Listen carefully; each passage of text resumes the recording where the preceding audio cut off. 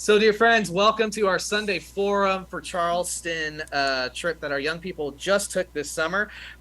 This summer was the most interesting summer trip of my 15 years in ministry. Why? Because this is the first time in my 15 years of ministry that 2 of our mission trips got canceled in 1 year. So we were originally supposed to go to the 2021 ELCA youth gathering. Then that got pushed back to 2022. And then that got canceled in January. And we were initially going to go to Chicago with a service project of Serve Boldly, which is an ELCA work camp. And then in May 5th, I got an email saying they canceled all of their programming, all of their 8 or 9 sites that they had completely closed. And so y'all might wonder, how did we get to Charleston, West Virginia? You remember. So the longest short of that is that, first of all, for me personally, it's a reunion. When I went to Charleston, West Virginia, we went on the same work week when I was a young person. And so it has almost been 20 years since I've actually done the same project as y'all did. So that was one kind of like, maybe we'll do this. The other reason, it was the only available week. As everything else has gotten completely filled up during the summer with, imagine all these church programs from across the country, because as some people know, usually summer programming is finalized and decided on by September, and we had to find a new week in May. So it was definitely a struggle for us to find that, but we initially found that within 24 hours, and these young people spent the week serving. So to give you a heads up of who all were on this trip. So we have Nathaniel Allen, Victoria Allen, Peter Bryant, Elliot Harlan, Kayla Hensley, Elena Longoria, Keegan Cook, Olivia Cipolio, and Emily Wineset. So 9 young people and 2 sponsors with Deacon Ben and Johnny Longoria. And so my machine says the file Charleston Forum is downloaded, is corrupt, and therefore cannot be opened. Okay. Sorry, we'll work on that later. So sorry about that, friends. I will definitely get that with Rachel, and then we'll send that out to the congregation so y'all can access that. So, but anyway, so here we were, gathered together at 7 a.m. on July 23rd with actually 2 cars. First of all, we initially had a meeting in May saying, can we really fit 11 people in a 12-passenger van? A number of parents revolted against me and Johnny, and so we actually rented a minivan and a 12-passenger van.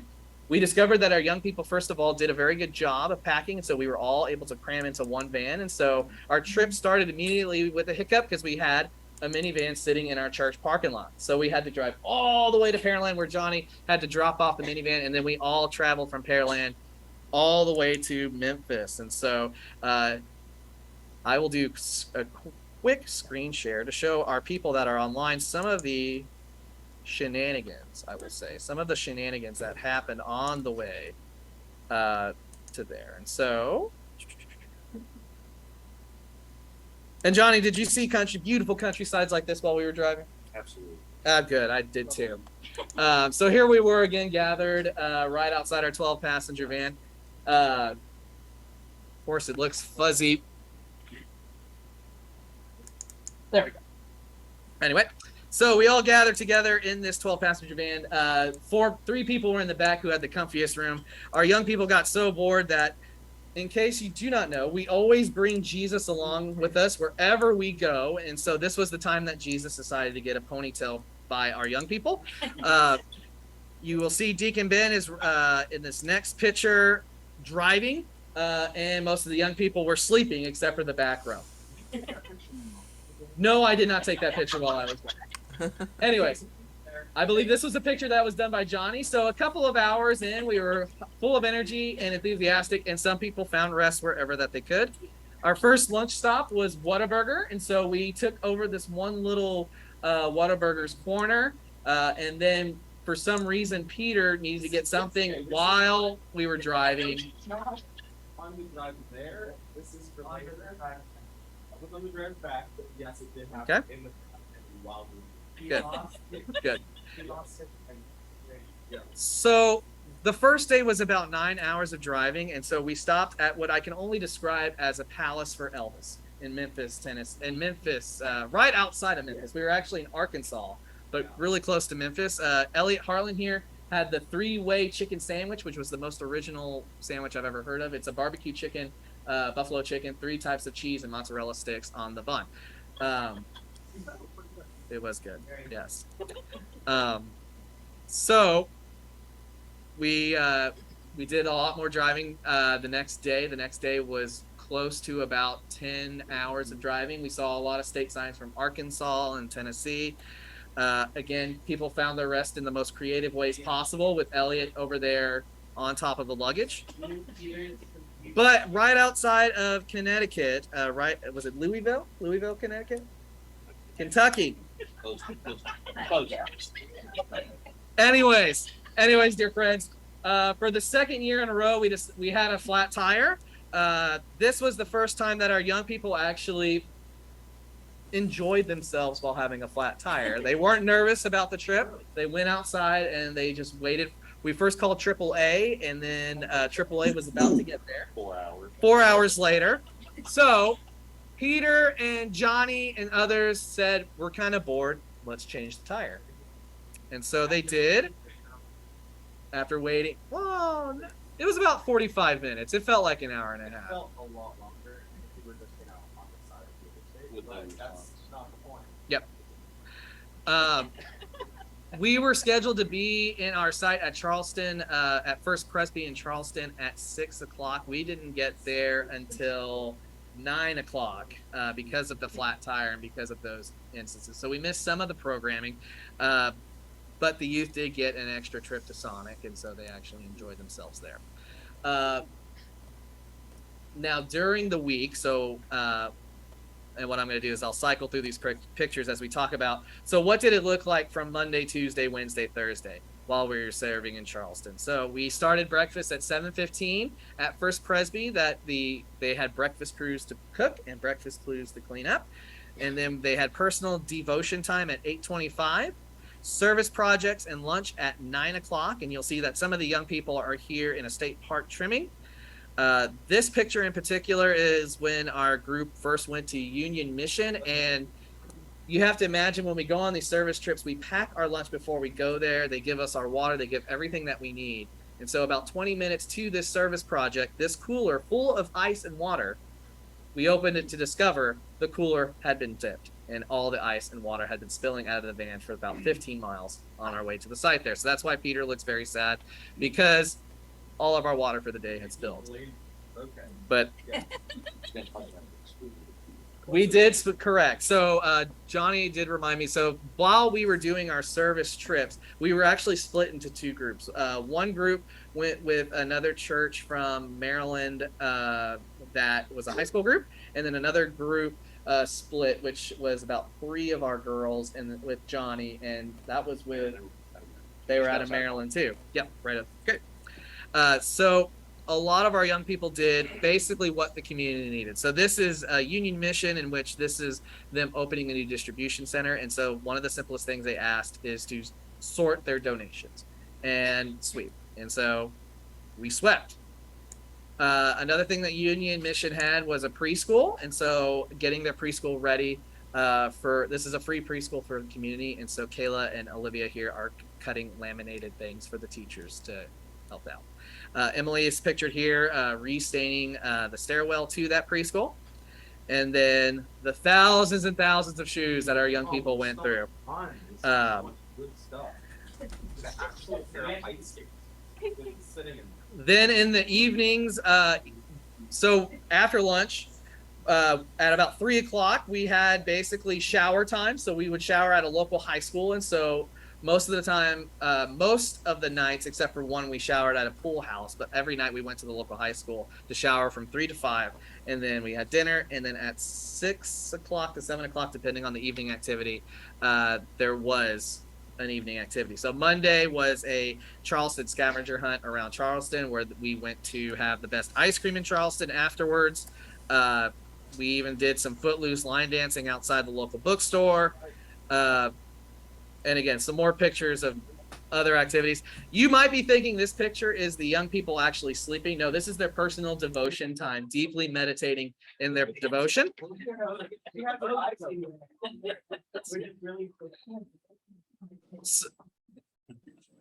And so these are pictures of our young people serving. So at one site at Kanawha State Park, we saw in the previous pictures, the first group redid the trails. The second day, the other group started repainting the benches and the pavilion. This lunch on the river, and even removing staples. Because you have to, and what they say is that these pavilions are used so often that they have to remove these staples and repaint. They told you once a year, right? One state park trooper told me twice a year. So take your pick with what you believe from a state trooper. But they are heavily used by the community. And again, it was a beautiful state park. It was sprinkling throughout the whole entire week is what I have to remember about that trip. So in Texas, we were struggling without having all the rain. And then the one week we have for our mission trip, rain in Charleston, West Virginia, the whole week. So a lot of our young people enjoyed it up to a point. On Tuesday, we had a free day to do what we wanted to do in Charleston. And so we decided to check out the local farmers market to find whatever snacks and goodies that the young people had. Yes. And then we actually explored the other part of Capitol Street in downtown. And this is Olivia and Elliot going through the rotating doors at the local bank there. It was a lot of fun. And then these are pictures of our young people serving at First Presby, cleaning the parking lots.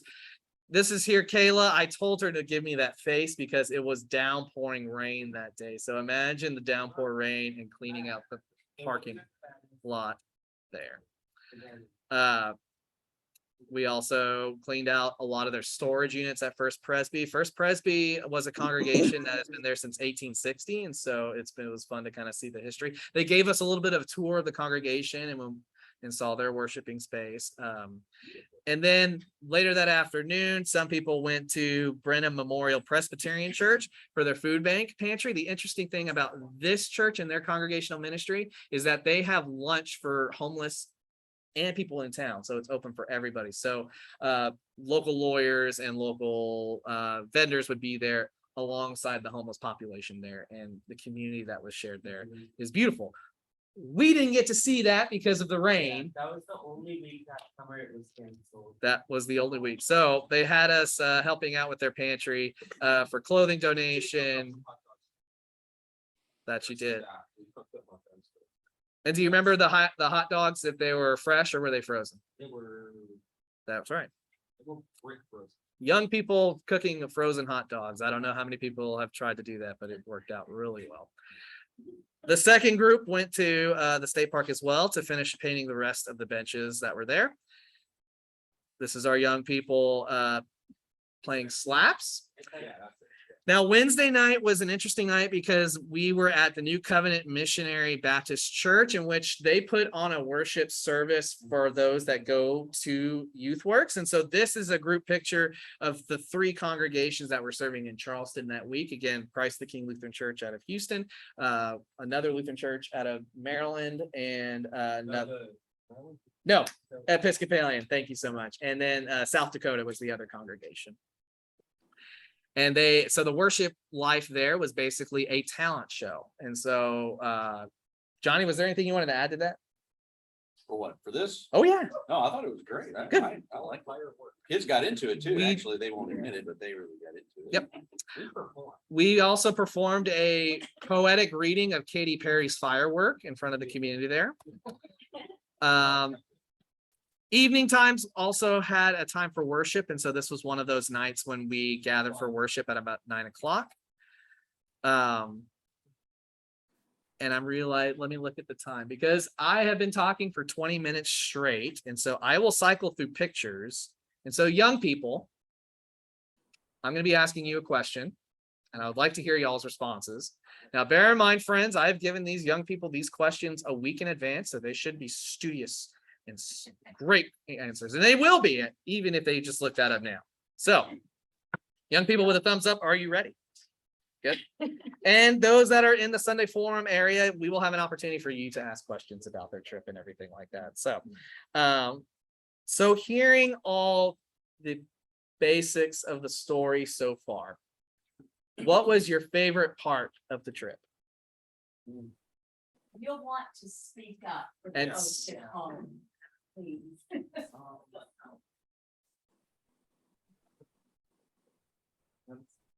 Honestly, what I enjoyed was just the fact. Honestly, the fact one that I enjoyed was meeting all the people from around the US, from Maryland and all the other places. That was just really nice because you got to see what it was like. You had all these questions from them, like they thought we would speak with a southern accent or something and stuff like that. Yeah.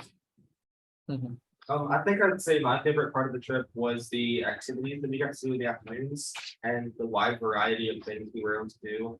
And not only was it fun to just kind of hanging out together, but it was, you got to see the community in action when you might not have been able to do that in other situations. Okay, for me, my favorite part was really similar to Peter's. Like with the activities we would go to, it was very, and like also with the service, it was like we were like inserted into the community, so we felt very welcomed.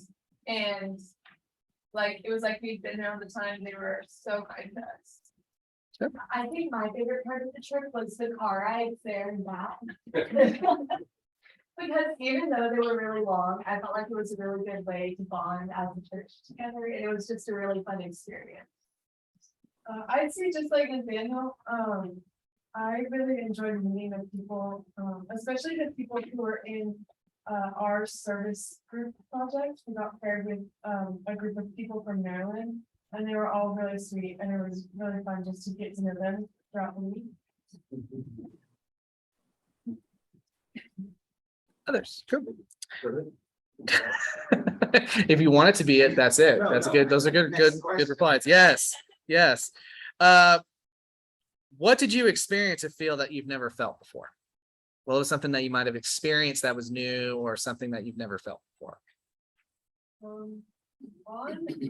During our service project on Thursday, we were working in a garden, and You have to picture. many of us got stung by yellow jackets all at once. Everyone in that picture And was, so, yeah. Literally every single person. yeah. Well, 4 of those people were stung by, I believe it was the same yellow jacket, Yeah. right? But it was a nest. So like right behind where Nathaniel is, where the gentleman Holden? Yeah, Holden is, there was a nest of yellow jackets that nobody knew about that we were asked to kind of revamp that cleaning area. So we had, again, Nathaniel, where were you bit? I have to remember. I was a bit on like the. Okay, so yeah, so Nathaniel was the only one that really recovered. So, but you'll see that I was bit on the arm, and then Emily was bit on the neck, and then our friend here was bit on the forehead. And when we said bit on the forehead, what happened was we saw it and swatted it to get it out, and it got caught further into her hair. So yes, that was definitely something we've never had angry yellow jackets before. But yes, but that was a unique, that was definitely an experience or something new that you haven't felt. What else? Working in the rain. Working in the rain. Yeah. Yep. That we did a ton of that, so we got used to it. It was new, but we got used to it. Yep. Part was being and was volunteering and in an entirely new like city type, like a city that's so different from Houston. And it was really cool to see the different ways they function with their different issues. I think my answer would also be volunteering, but in that we were able to volunteer and see like a kind of direct impact of what our volunteering was doing. And I find it interesting because, at least for me, I felt like a lot of the work we were doing was kind of minor stuff, like it would be just pieces here and there, small things that to the community were had a really big impact. And I had never done volunteer work where you kind of directly saw in the moment exactly what the community felt and how it was not to affect the people who were working. For me, it was like we almost like live in the city, and I know like we all live in Houston, but like downtown Mhm. the city was definitely different for me, and like everything's so close to us. Like I know everything's close to us now, but like you can walk there and stuff. And then also going to Pigeon Forge and going to snow things. That was Yes. awesome. Yes. Cool. All right. We'll give you a third question and then we'll kind of go into more of what we also did as well. Peter, do you have a question? No, I don't. Okay. I was reiterating. So the third question that we had you go is, what did you come home with? Like what experience, what did you come home with that maybe opened your eyes? You saw in the question I said, other than a load of dirty laundry. So what else did you come home with after this trip? Well, a big thing about that camp was. I feel like You gotta shout, Okay. shout it on the mountaintop so we can, so our online friends can hear. So, a big thing that they stressed during that camp was like about forgiveness, Mhm. like in the church and in God. So that was something we came back with. Yes, good. Something I brought back was how much a change of pace can affect everything you're doing. Because it really slowed down everything we were doing. It felt like the days were longer. And that wasn't just because of what we were doing. It's just because we were working in the community and we were a lot more connected. Things just moved slower. Mhm. And I definitely felt that over the weeks following coming back, I was definitely a lot more connected. And that was really nice. Now, Johnny, we haven't heard from you as the other sponsor. What did you come back home with other than dirty laundry? Well, just a sense of serving others in a different state, in a different area. Mhm. And I think Peter touched on a good point. You're so caught up in doing little things here and there, these different projects as we split up. Some of us went to the parks to paint benches and clear trail paths. And all these little things that you do, you don't realize that it seems like a little thing, but when you collectively add them all up, it's something that they need in that community, it's making a difference and it's helping them. So, and then the union mission, that right there that's exclusive to West Virginia. It's a drug rehabilitation center that they set up. And so it's like a hotel where folks can check themselves in, get treatment. And in addition, how they fund that is obviously through donations, but also this thrift store that they have on site. And so I don't know, after doing this, we sorted how many shoes did we go through bins to put out and recycle, and it goes to different places in the state. And I don't want to look at another pair of shoes as long as I live, but it was great. It was helping them and then restocking items down in the store. So just a sense of helping them out. I think it was more having the hands to do it, which I think made a difference. Yeah, it was a unique week that we didn't come with our own mission, what we're going to do for the community. It was what the community needed from us, which is a huge difference in service weeks in the past, and let things really connect well with our mission as disciples of Jesus Christ, serving our neighbor and walking alongside them, hearing stories of our neighbors in our community. So yeah, good. All right. Give you a little bit of a break. We'll go through pictures some more. So as Johnny was saying, so Thursday, we were starting to feel a lot of the service weeks. I mean, these were long days. So like breakfast at 7:15. Now, if you were making breakfast, you were there at 6:30 a.m. Lights out was at about 10:30. And then our young people probably didn't go to sleep until what time? 11. Good. The first unison thing that we will have you do is that what time y'all went to sleep. Well, I will say the guys, it's probably a lot longer because we didn't have any air conditioners. 90 degrees in there. So they did crowd all the males in their gym, and for the ladies and the girls, y'all were in what was described as the roller rink. Okay. So 2 different unique settings that you probably have never slept in a roller rink and probably never slept in a gym floor. But yeah, so Thursday, again, this is our first group serving at Union Mission, which I believe y'all served at all day, that Thursday. Thursday was garden cleanup at I forget the name of the town right now. I apologize. It was Del Mar.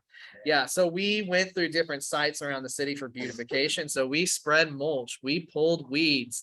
An unfortunate thing that was going on in that community is the rise of drug use. And so I found 3 needles.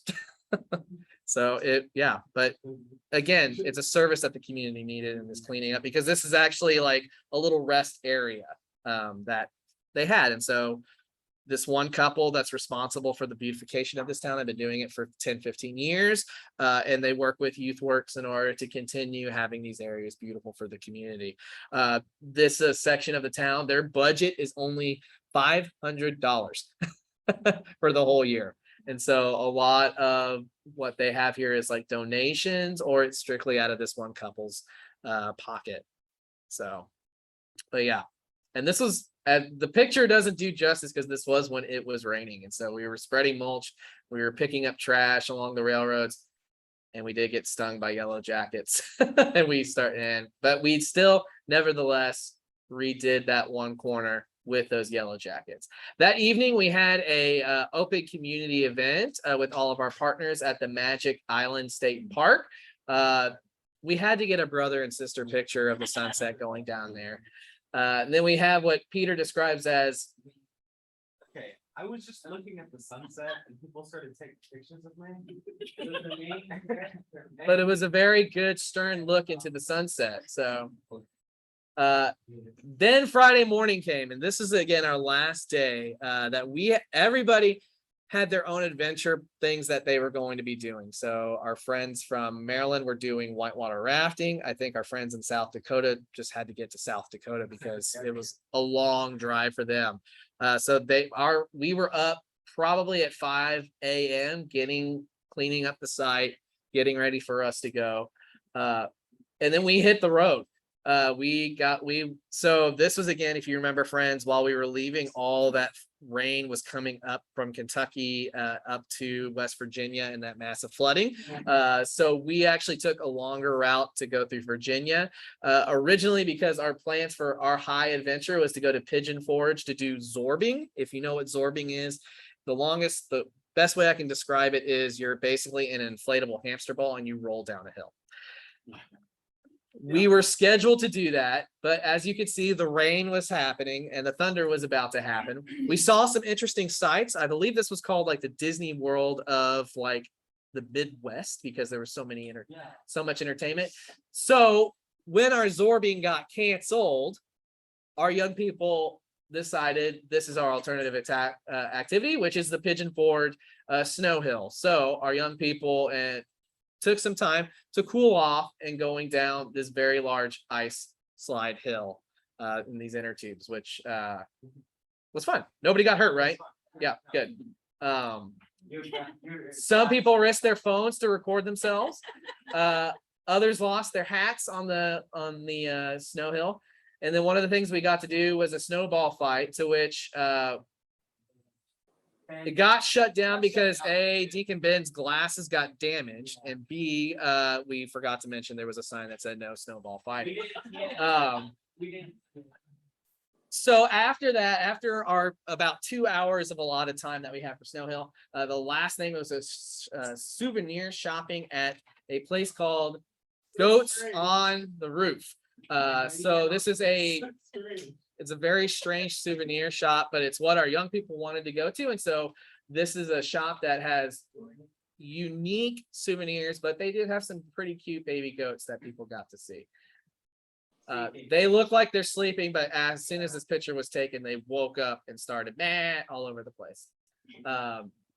Then we drove. So again, that same day from Charleston to Pigeon Forge, Tennessee, and then from there to Nashville. And then this was our like final meal together at Cracker Barrel, debriefing our time together and everything. And of course, the next day on Saturday, we woke up and we had to make a stop at Buc-ee's in Tennessee. And then again, this is Olivia sleeping on the road again. Olivia, if we were gonna give awards out, Olivia got the most rest in the van.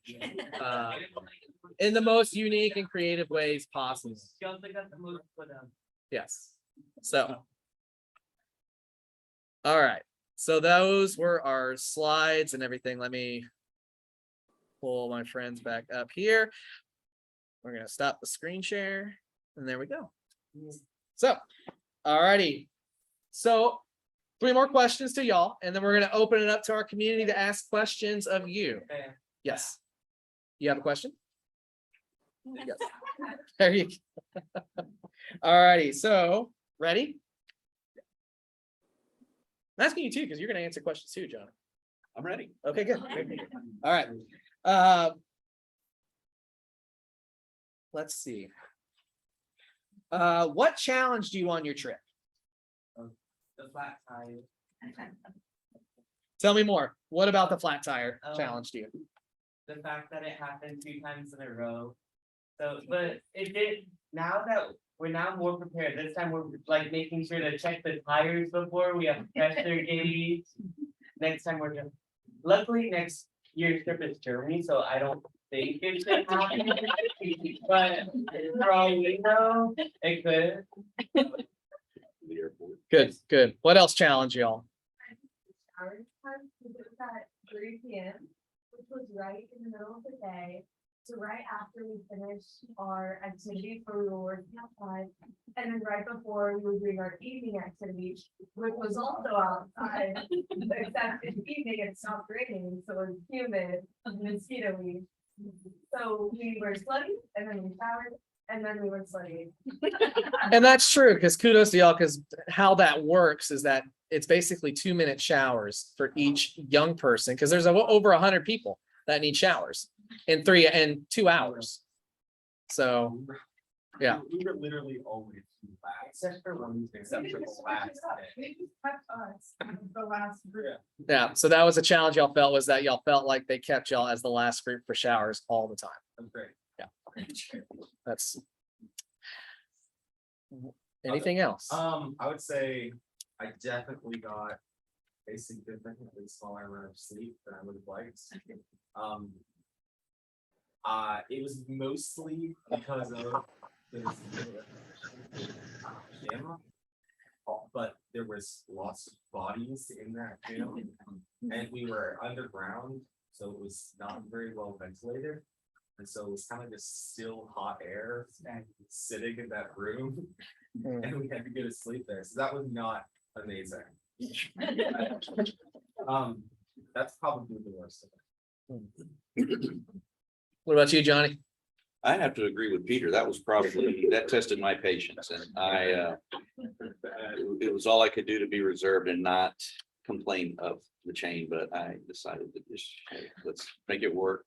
It was very uncomfortable in that gymnasium, I'm telling you.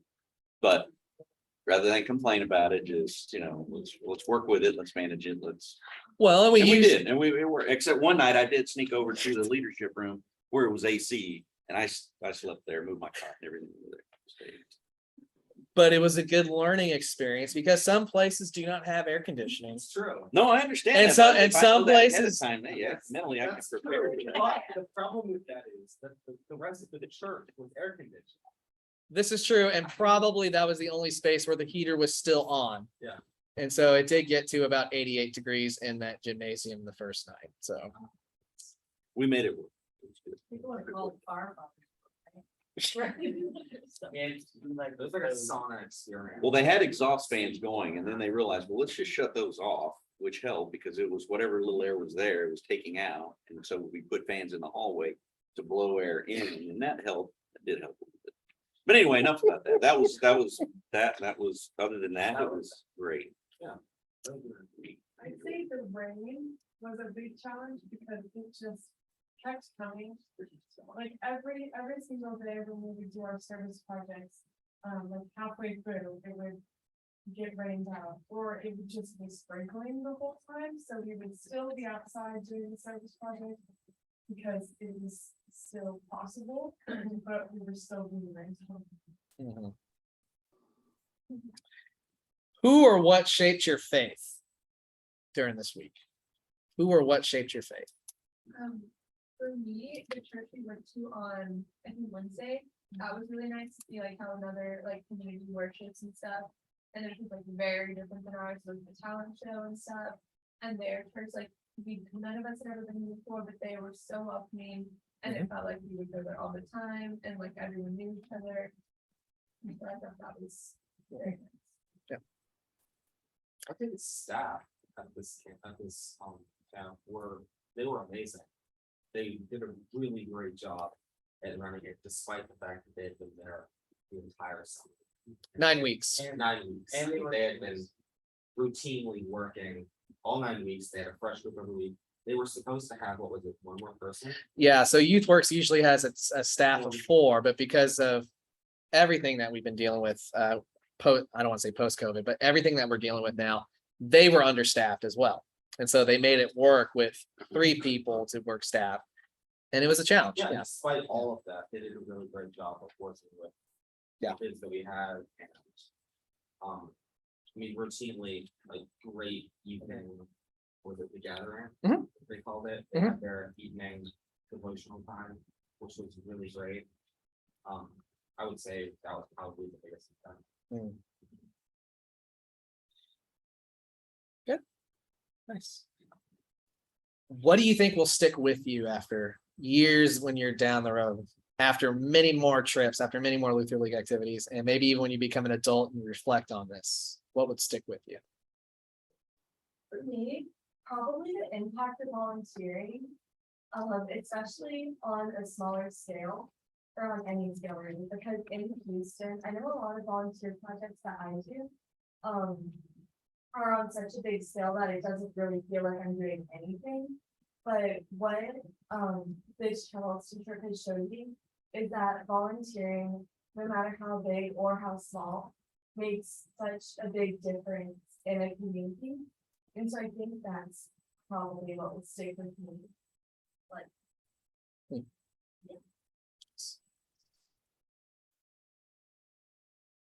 This is sort of related, but for me, I would say it's probably maybe the problems they had in the community. Cause like you don't really think about it or realize problems until you actually see. Yeah, and West Virginia had the problems. They're in the coal industry in our nation, and a lot of people are being pulled out of that, and a lot of the people are leaving Charleston, a town or a city. It's their state capital of only 50,000 people, if that. They described it as a large urban community with, a small urban community with large urban problems. Yes.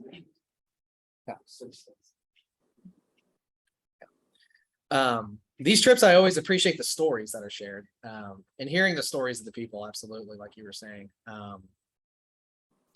I speak. It's one thing to come as a young person, but it's another to come to this trip as an older person, 20 years later, and seeing the uniqueness of what issues come about and still struggle with. But at the same time, it's seeing the progress of the city in ways that surprise you, and especially because they are resilient people. I mean, they're hanging on, and they're putting on their best smile, and it's inspiring to see that. So, others, Johnny. No, it's a really neat little town with a lot of potential, and it's sad when you're walking around downtown. If they could find a way to bring in more tourism and more infrastructure and more businesses there were, I think, the ice cream shop and the little bookstore were the 2 main businesses that were functioning. That whole beautiful downtown, almost historic, well, it is kind of historic area with a lot of vacant buildings. I mean, just really neat little town right on the river. Really nice. So hopefully they can bring that back. But what I take back also is the fact how y'all develop community super quick. I mean, throughout the year, it's hard. It's with all the things in our schedules and our things that we are called to do during the school year. It's always amazing to me how these summer trips, our young people develop community so fast, and how welcoming of new people y'all were during this week. That's always inspiring from us to see. So last question before I open the floor to y'all. I guess I need to look at the owl, so I give eye contact to our online people. What should we learn from you after attending this trip as adults that are listening to your stories? Well, and your stories too. What should we learn from you?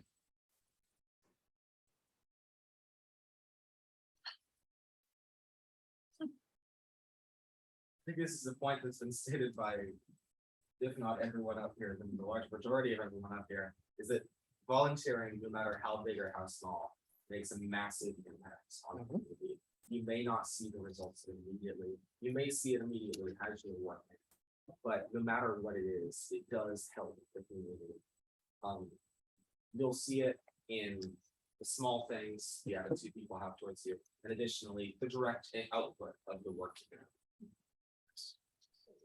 Also to like appreciate things more, like even small things, because like when we're visiting the community, seeing how they don't have like all the things that we have, it shows you how different it can be for other people. And you just need to help them, you never know what could be going on with them. Yeah. Good. Well, I think here's what I would learn from them, and what everybody should learn from these young people is that their grit and their can-do attitude, and they don't complain. They're good young people. The parents should be proud of who you're raising, not just with this group, but even with the other group too. When we went, was it South Carolina when we went? They don't complain. They go with the flow, and they find ways to make it fun and exciting. And the way they interact, the way Ben interacts with them, it's very unique, and they're just, I can't say enough. I just like to see how they interact and how they get along with one another and how they make things work, and how they make these trips flow really good. So without complaining, if they complain, it's probably amongst themselves, but they don't make it known to us. That's what I learned from them. All right, so friends, this is now your invitation to ask them questions. As big theological questions about the trip as it be, or it could be, what was your favorite meal you had? What was it? Which I guess that could be a big question too, of what your favorite meal was.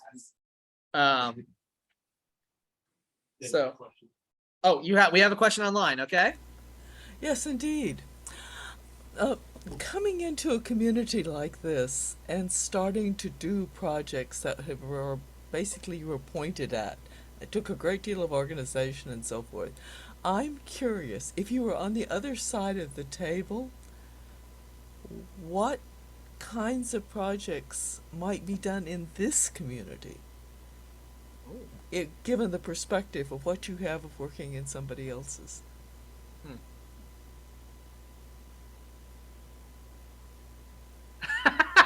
I love that they look at each other like who's going to answer that question.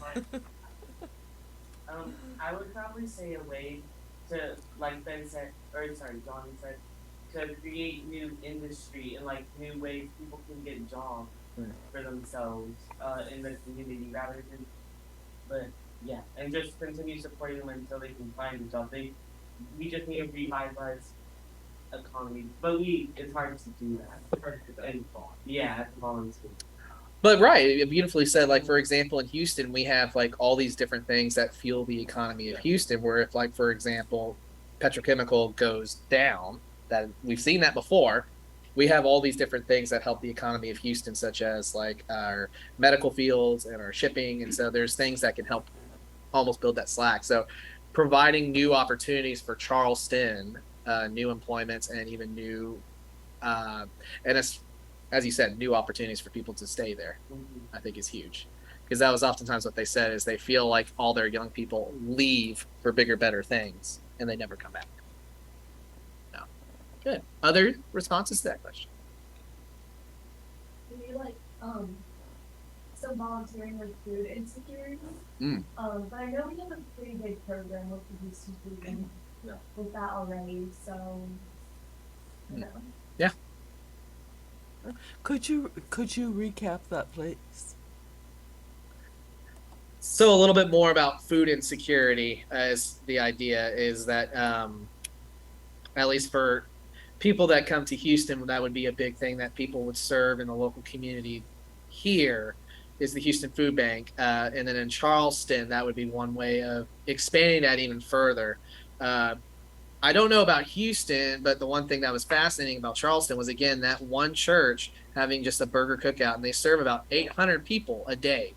That's 800 people of lawyers and homeless people coming together and having a meal together.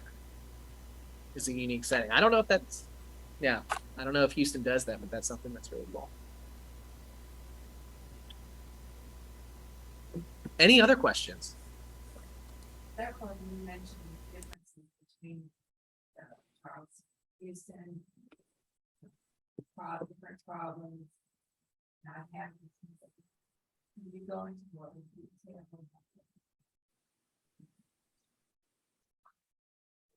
I guess one of the biggest things I was referring to was that it's a lot smaller the city than Houston.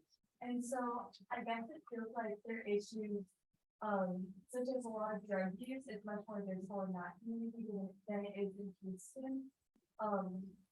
There's a lot of bigger, I guess, because it's a lot smaller of a community with only like 50,000 people as compared to the 4 million. in Houston. All of their issues are much more emphasized. And it seems like it's on a much bigger scale than it is compared to Houston.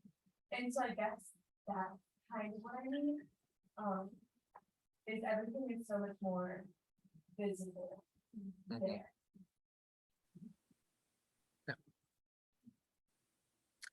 Other questions?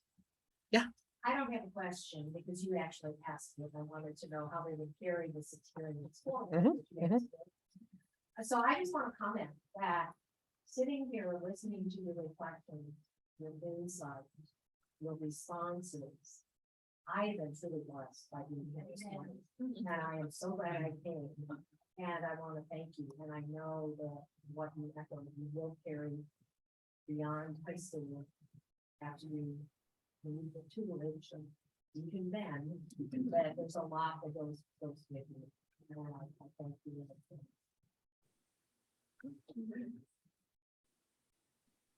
Other questions? Because if not, I'm going to ask the question, what was your favorite meal? What was your favorite meal? The question was posed out there. And so we want an answer. What was your favorite meal? Think of all the places, I hate to say, think of all the places you went out to eat, or even what was your favorite meal that maybe you made in-house? I have a question first. Oh, good, good. Okay, that'll be a wrap-up question. Would you like to go back to the same town? I know you're going to Germany next summer, but what would y'all think about like returning to that same community and sort of seeing how it's going? Would you rather go somewhere new if you're going to do a mission trip? Or I just thought you guys seem to make such good connections up there. I thought, wouldn't it be kind of cool if you could kind of return and see, well, how's it going in 2 years? Or 3 years? I mean, you're not in high school that long, but just imagine, would you rather go back to the same place and serve there again, or would you rather go somewhere new and see a new? That's the question. I think it would be really interesting to go back just to see like each place that we do service at and how it's improved or how it's not improved. But then we can grow on how it's changed. And we get to see like the long-term impacts of the things that we've done, rather than just being. Well. Good. Something. Yeah, something. Makes my job easier when it's the same community that we go back to. All right, any other? We'll go back to that other question, your favorite food, and we'll even say what you had and even what you made. Whatever you are called to answer, Keegan. Whatever you're called to answer. Okay, well, I really did my milk tonic because it was roasty, it was really good. And after we had the flat tire, so we were all really tired and it seemed to feel a lot better. And to be fair, it was Shark Week, right? So we got the Shark Week slushy. Yeah.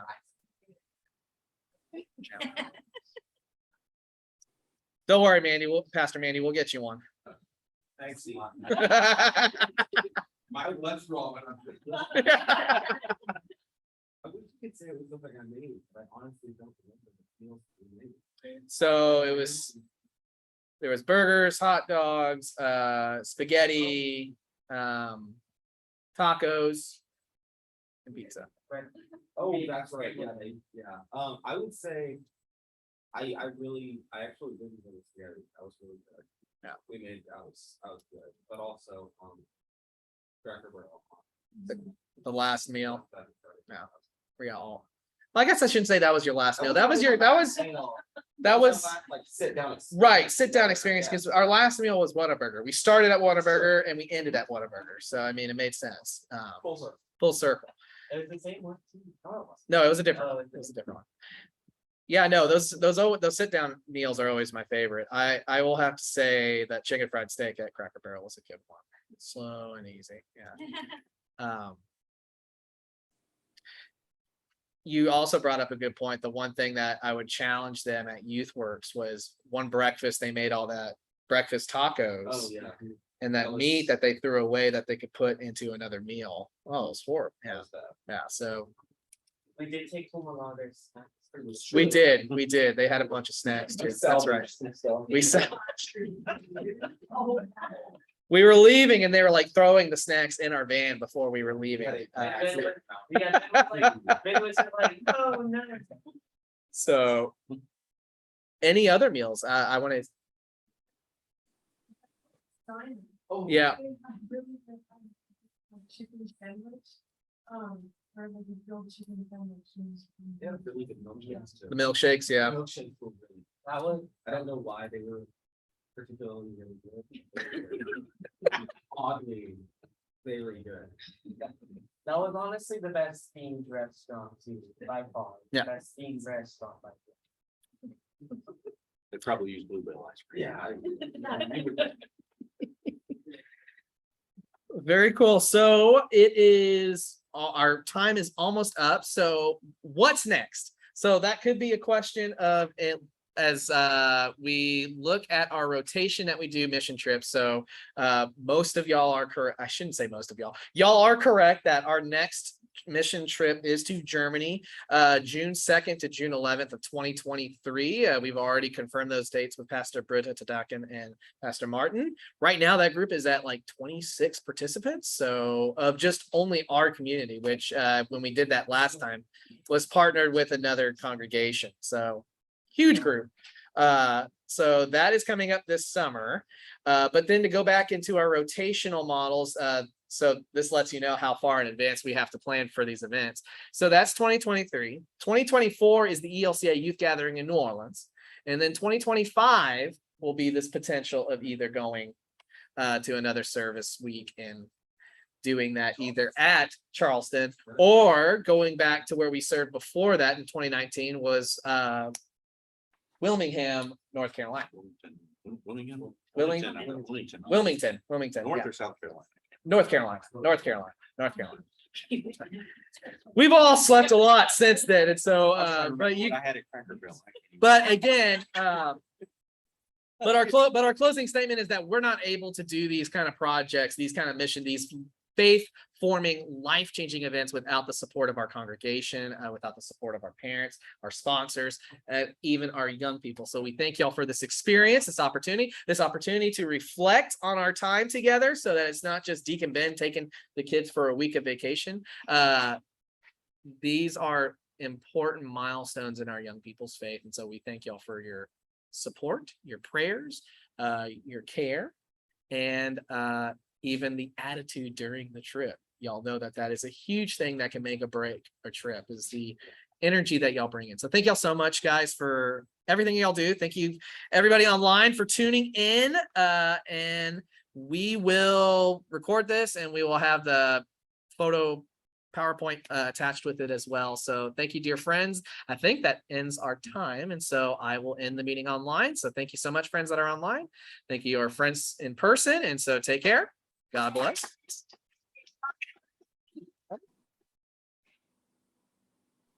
And we're sure that we want to stop recording.